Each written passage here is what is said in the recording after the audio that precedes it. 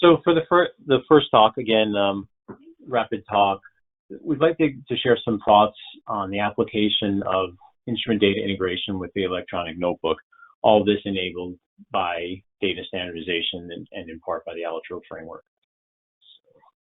So the premise for this quick presentation is that certainly, as those of us who've been involved in the Allotrope framework know, that for years this team has been working as a very, very powerful community to focus on robustness, documentation, automation, and accessibility of the technology. And to date, as we heard from our product director early on, there's a catalog of over 30 instrument data models that are available and continuing to grow with those that are in the backlog. However, as you start looking, as we've seen in the first couple of days, and we'll see more today, you start looking at those end-to-end workflows that we really do want to model. It requires that instrument domain, all those data models just referred to, really needs to be joined with the experimental domain in order to, such as downstream applications, to really solve end-to-end problems. So therefore, the concept of data standardization really needs to go across both the experiment and the instrument domain within a single context for continuity. So I'm going to switch over to my architect colleague, Doug West. He'll take us through the next slide. Okay, great, thanks. So if you look at the slide and kind of work left to right here, you can see in our current state, we have disparate data sources that have individual data schemas and terminologies, everything that we're familiar with here within Allotrope. But to further exacerbate those issues, we don't have a unified strategy for how to store and manage the data, as well as integrate the individual sources into those downstream data processing, workflow automation, data archive solutions like the electronic notebooks, the LIMS systems, and the SDMSs throughout our landscape. Because of this, we have a complex and costly integration and transformation layer to move that data into those downstream systems and then map it to those destination systems, which have their own discrete and proprietary data models and technology solution space. So just to continue that problem over the last several years, 10 years, there's been a big push to move the endpoint of that data from those intermediate data processing and data capture systems into a further aggregated data science and analytic platforms, which only just continues to further compound all the issues from the previous layers. So we need to start thinking about and moving towards a holistic end-to-end strategy for data standardization, as Vinny referred to, but also the integration and data management across that initial primary instrument data capture through the secondary derived data processing and summarization layers, such as the notebook, and finally into the broader data analytics and data science platforms. I'll pass it back to you, Vinny. Thanks. So I'd like to, for today, just for the next couple slides, propose an opportunity statement.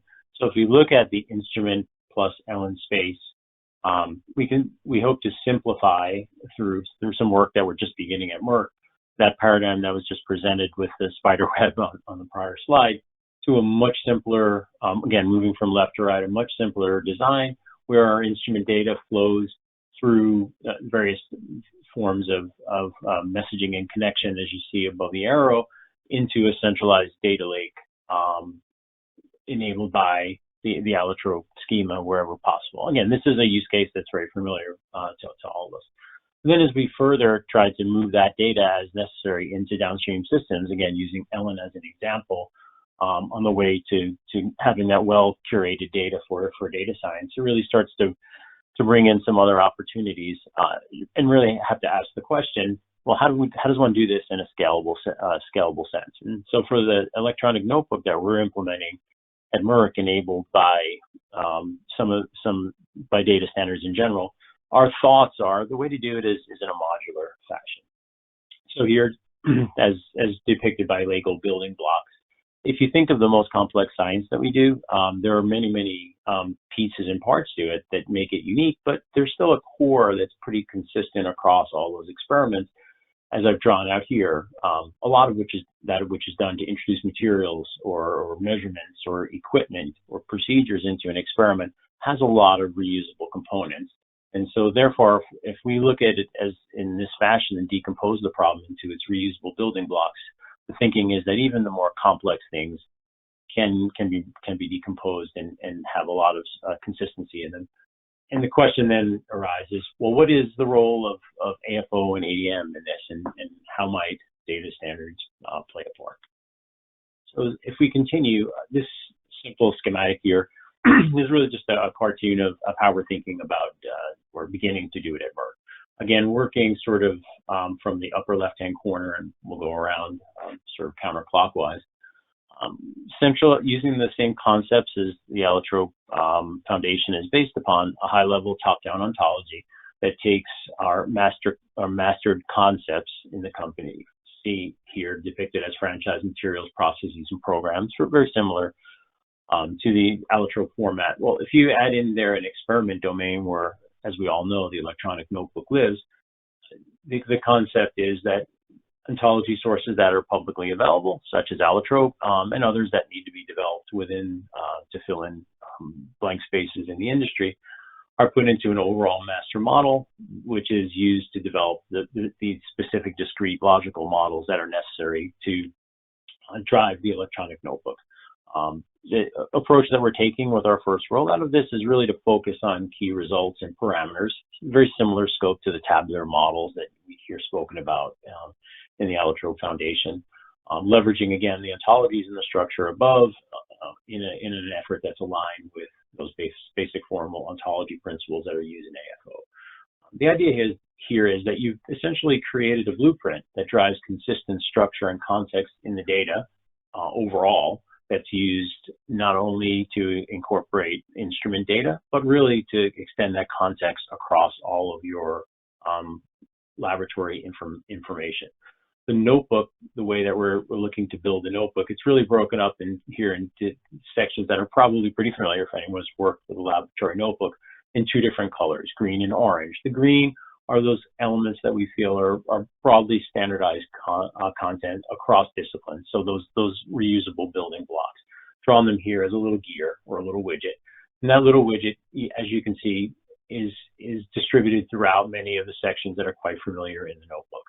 However, when science dictates that that a more specific widget, if you will, or reusable component is necessary for a particular area, let's say you're a chemist or an analytical chemist, well then separate reusable widgets or modules would be prepared for that particular discipline as well. So the general idea is standardize what you can broadly across folks, bake it into a default configuration, and then build the individual components that you need that differentiate science, but all of it, again, built from modular reusable blocks that are either deployed in the base configuration or selected by scientists, so that at least the core of experiments are built on a foundation of consistent terminology and consistent structure. So I would just move to the last slide and just turn it back over to Doug again to take us through what this might look like from an architecture point of view. Sure, yeah.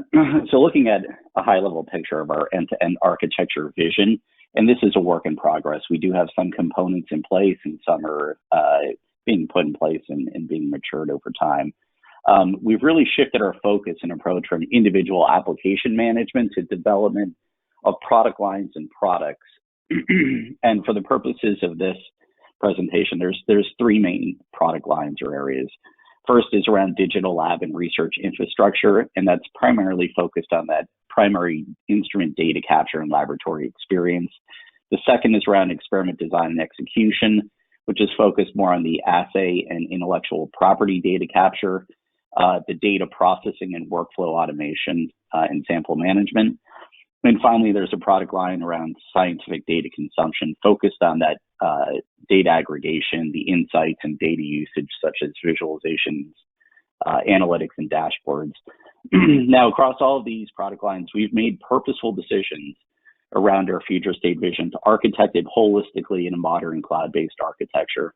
Examples include, where possible, using co-located data storage and compute platforms, including end-to-end data lifecycle management practices for archiving, backup, records retention, et cetera.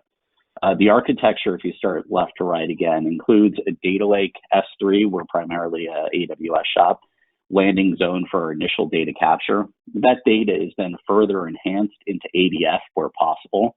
And finally, it's aggregated and hosted in fit-for-purpose tools, including but not limited to an RDF triple store that we're standing up. Similarly, we started to create product and capability-based integration layers, such as in data domain specific or instrument data capture, entity registration, sample management, and IP capture that are agnostic to the underlying solution technologies and vendors, and that have data contracts that are based on these standardized data models, such as those being developed through Allotrope. So we feel that the combination of this data standardization and extension of that, the modern technology architecture and integration architecture, with focus on these end-to-end data use cases and workflows is how we're going to achieve our ultimate future state that will enable the full value of data while lowering cost and complexity of our environment. So I'll hand it back to you, Vinny. Yeah, great job. So that was the last slide that we had. So I'd just like to end with, thanks Doug, with a quick comment. So, the premise here is that the instrument domain that we're quite familiar with that Allotrope's been developing certainly, fully support the foundation's efforts there and will continue to contribute to building out that domain. But also, as we've seen a few examples during this conference, there's also an opportunity to build out some of these other domains that are necessary to really support end-to-end workflows that I'm generally calling the experiment domain here. And certainly it's something that we would welcome contributing some of the work back to the foundation where we can and where it's appropriate, or collaborating with the foundation or others in a project if building similar terminologies and structures are of interest to the community. So we just wanted to make folks aware of this, and certainly I think maybe we have a minute or two left. If there are questions, be happy to try to address any questions that folks may have. So thank you for your attention. Jamie, any questions coming? Len has a question. Let me unmute Len. Thank you. This is a really interesting vision, and I guess and ambitious, of course. My question is, what do you see as, say, maybe the top 3 hurdles to establishing this? Well, I mean, Doug, if you want, do you want to answer from an architecture point of view, and then I'll answer more from the business-facing modular design? Yeah, so it's an uphill battle working with some of the legacy products that we're trying to encapsulate and move forward and modernize into more of a cloud-based architecture. That's one of them. And then the other is just alignment here with Allotrope in terms of some of our data standardizations and how we incorporate that not only within the data models and technologies for data aggregation, but also within the integration layers and how we're creating those APIs that are more business aligned and business focused. Great, thanks. And I'd say just from I'm sorry, I'm just popping up some of the questions to see them. And I would say, Len, from the point of view of facing the business, it's really the modularity. That's why we purposely pointed out, breaking up the seeming ocean of information into these more results-oriented, modular little snippets of work, standardizing them and structuring them, and then moving on.